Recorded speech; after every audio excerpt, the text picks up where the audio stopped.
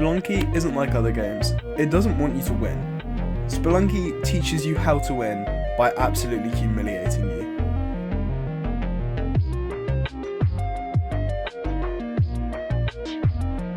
And today I'm here to answer why Spelunky is still one of the most important indie games ever made. To best talk about Spelunky, first I'm going to give a basis. Spelunky is a roguelike platformer with permadeath features, meaning that every time you play it's a full turn, full go around, and when you die, that's the end of the run. There's no save points, there's no coming back later, you do your run and it's that. Not only this, but Spelunky's procedurally generated, meaning every single run the seed will be completely different and you'll never see the same room twice. How Spelunky goes about the procedure generation is it has a select amount of rooms that it can generate, and then it will place those in the 9 specific places to make a full level. So this means that every time you play you'll see similar room layouts, but they'll never exactly be the same. However, the main thing that beginner players are going to pick up very quickly on Spelunky is that there is zero margin for ego. The game is so punishing and so brutal that you cannot pretend like, oh, I've seen this room layout, I know exactly what to do. There is no area for this. The game is disgustingly hard. And Spelunky isn't hard because it's unfair, it's hard because it's honest. It tells you exactly what's going to happen, and if the player isn't able to react, you're punished, and you're punished very harshly. So how does Spelunky feel so brutal? Well, the main thing is, everything that can deal damage to you will also deal knockback. For example, a bat hits you into a set of spikes and that kills you. There is almost never a safe screen when you first walk onto it. There will always be spikes, a trap, or an enemy that you have to look out for. And not to mention the fact that there is a constant threat density. On every single screen there are always enemies or always damage sources available. For example, spikes, bats, traps, anything that can appear. The fact that there's always something there and they always deal knockback, which can ping you into the other ones, absolutely destroys it. And Spelunky as well, the tiny mistakes are punished hard. Oh, you missed your jump and you accidentally hit into that bat? Okay, well now you've been pinged across and the run is over because you've just blown down a spike there. Another thing is, Spelunky doesn't kill you randomly. It kills you for not respecting the level. It kills you for not taking your time, not clearing out the threats, not assessing every screen, and it will kill you specifically for when you're not paying attention. The game is hard, but it's fair. If you follow its rules and take out all the enemies, you're fine. Not to mention, as the levels go on, from the mines to the jungle, to the ice caves, to the temple, there are always changing threats. So you get 4 levels to adapt, and then it will switch to the new environment. So in the mines, most commonly you're going to see spike traps, spiders, snakes, bats. Occasionally, some of the cavemen will be in there. Whereas in the jungle, you immediately see man-eaters and tiki traps. New threats appearing, so you have to keep learning to adapt and respect the game. This leads back into the roguelike elements, where you're meant to play the game over and over and over and over and get a feel for everything, so eventually it can teach you and you can dominate the game on. Each world is vastly different. The mines feel fairly open, a good training ground for the player, whereas the jungles jump to a very, very condensed area with a lot of high threat everywhere. I constantly feel like majority of my runs end on the jungle, even though I've got 200 hours in the game, because of how dense threat the level is. Whereas the ice caves, the threat almost leaves, like there's hardly any enemies apart from the aliens and the yetis. However, the fact they just removed the bottom of it, so you can just fall out of the ground, the amount of deaths I'd lose to that. So it introduces a new genre of challenge in and of itself. And then the temple is absolutely brutal. It combines everything together with traps from all over, enemies from all over, and then of course the new enemies in there, which are more like, the temple feels like souped up mines almost in its layout and design. The fairness and the readability is the core of why people love Spelunky. Every trap is telegraphed, every death is explainable, enemies have consistent behaviours, and there's always a safer option. The reason Spelunky works is because nearly every death is preventable. Arrow traps are visible, spikes are obvious, enemies have predictable behaviour. When you die, you don't really go, this game is trash. You go, oh my god, why did I do that? Spelunky punishes panic and rewards patience. It teaches you to stop rushing, to stop being greedy, and to stop assuming that you're the main character. Spelunky is the only game where confidence is a literal debuff. When you die, you don't blame Spelunky, you blame yourself, and then you just hit restart.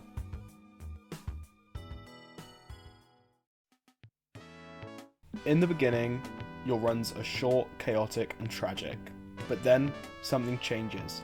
You start checking corners for traps, you start listening for enemies, you stop running at loot like a raccoon.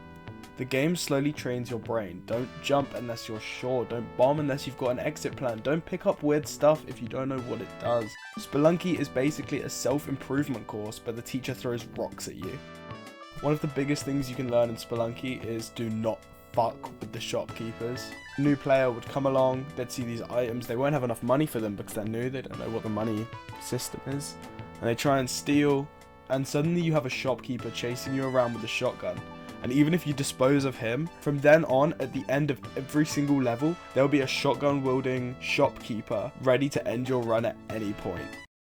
After a long while, it finally happened. The run.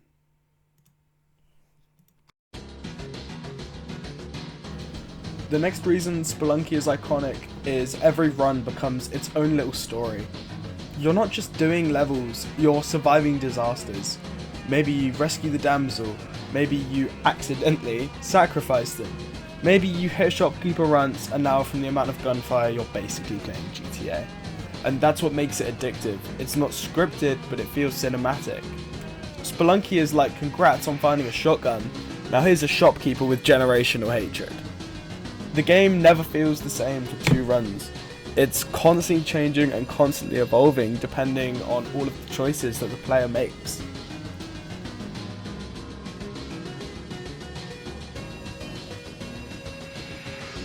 One major choice that I love making in the game is you can choose to either rescue the damsel and be the so-called good guy in the story. You rescue them, they give you a kiss on the cheek when you exit the level, and it adds 1 HP to your count. Now on certain levels, there are Kali-outers. She's like the goddess of demons and blood. And you can put the damsel on this altar and sacrifice them. If you do it once, you get a random item. If you do it twice, you get the blood cup. The interesting part is, to get the blood cup, you have to sacrifice 2 damsels. So that's 2 guaranteed life points that you are sacrificing for the blood cup. So you have to think, oh, this is going to be worth it. And truly it is. It's the best item in the game. An item where as you kill enemies, the blood particles they drop you can pick up, and every time the cup fills up it will add a piece of health to you. So you can easily get many more health. Easily get the cup to pay for itself. There are many other items in the game that also provide great help, but they're unlike the blood cup. They're not decisions on whether you go for the tree of them, they're more, do they come in random crates? Do we get them in shops? They're a lot more situational. Like,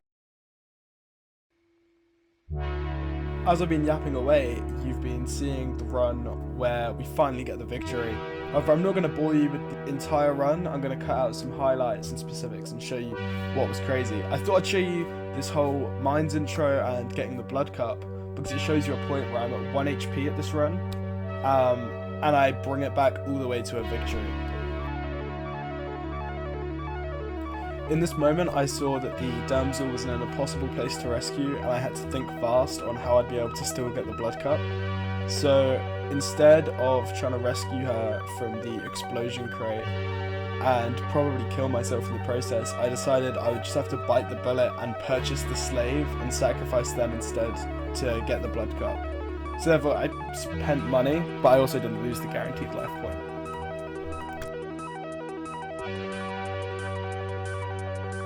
The first 3 levels of the jungles were very uneventful. Well, not uneventful, but we mostly spent them gathering blood for health, getting a few key items here and there, and mostly just trying to get it to the level as safe as possible, get to the end. But then in level 2-4, something interesting happens. We had a graveyard level on the very last one as well, which it doesn't change much. We're still just trying to get to the end and farm as much blood and free items as we can, but also these graveyard levels add vampires, and if you kill a vampire you can get their cape, which slows falling and means that if you land on spikes, you won't take damage because you're falling so slowly. It's one of the best items in the games for mobility, and especially considering we had no mobility items going into the ice caves, this was huge for us. We honestly had a very chill ice caves overall. The cape really helped with the mobility and getting through the levels, not to mention the compass that we had found in the mines, which points you in the direction of where the exit is. So all we had to do was float down to the exit.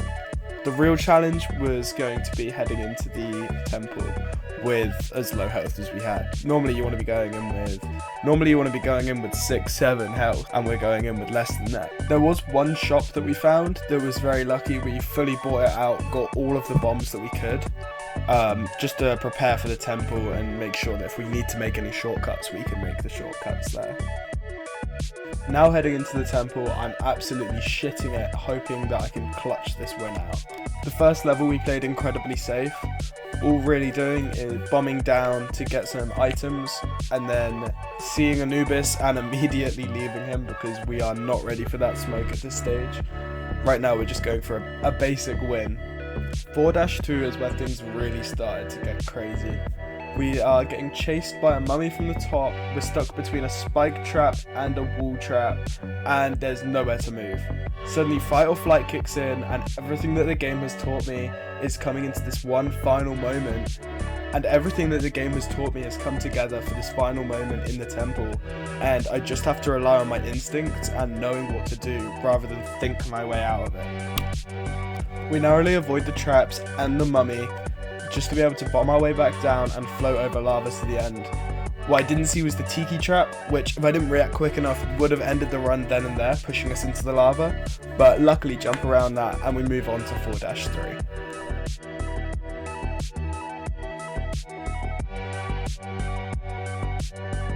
All 4-3 really had was some narrow movement around traps, which a single rope was able to disarm, and then we were on to the final Olmec fight. After this huge build-up of the entire game, from the mines, to the jungle, to the ice caves, to the temple, we finally arrived at the final boss, and we are ready to take him down.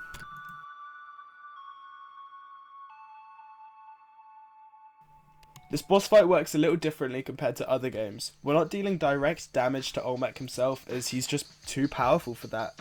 What we have to do is bomb the ground down, leaving a channel where Olmec can fall into and burn in the lava below, which unlocks the door at the end for us to escape through.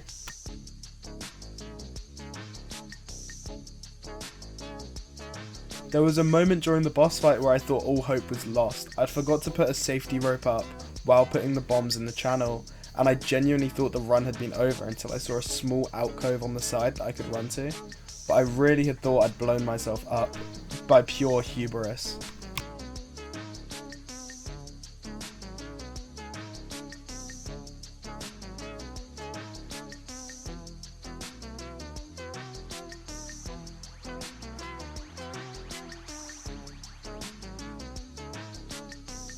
And right as I thought the fight had ended, I was already mentally clocking out and done with the run. I had failed. Olmec hadn't fallen down and I was stuck on this small cubbyhole not knowing what to do. And I had to make a risky jump over the lava, but luckily we clutched it out in the end.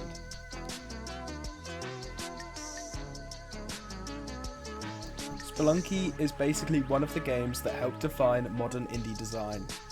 It showed that you don't need a huge map or 100-hour campaigns, but you can build a game around systems. It inspired a generation of roguelikes and roguelites where the challenge isn't just the enemies, but decision making. You're not just surviving, you're learning. The modern roguelikes that it's inspired, Isaac, Dead Cells, Hades, they have all been influenced from the procedural generation and the run-based design becoming super mainstream, starting with its roots in Spelunky. Not to mention the hard but fair philosophy which Isaac lives by. Spelunky didn't just inspire roguelikes, it taught indie devs what systems first design looks like. Spelunky isn't about beating the game, it's about becoming the kind of player who can.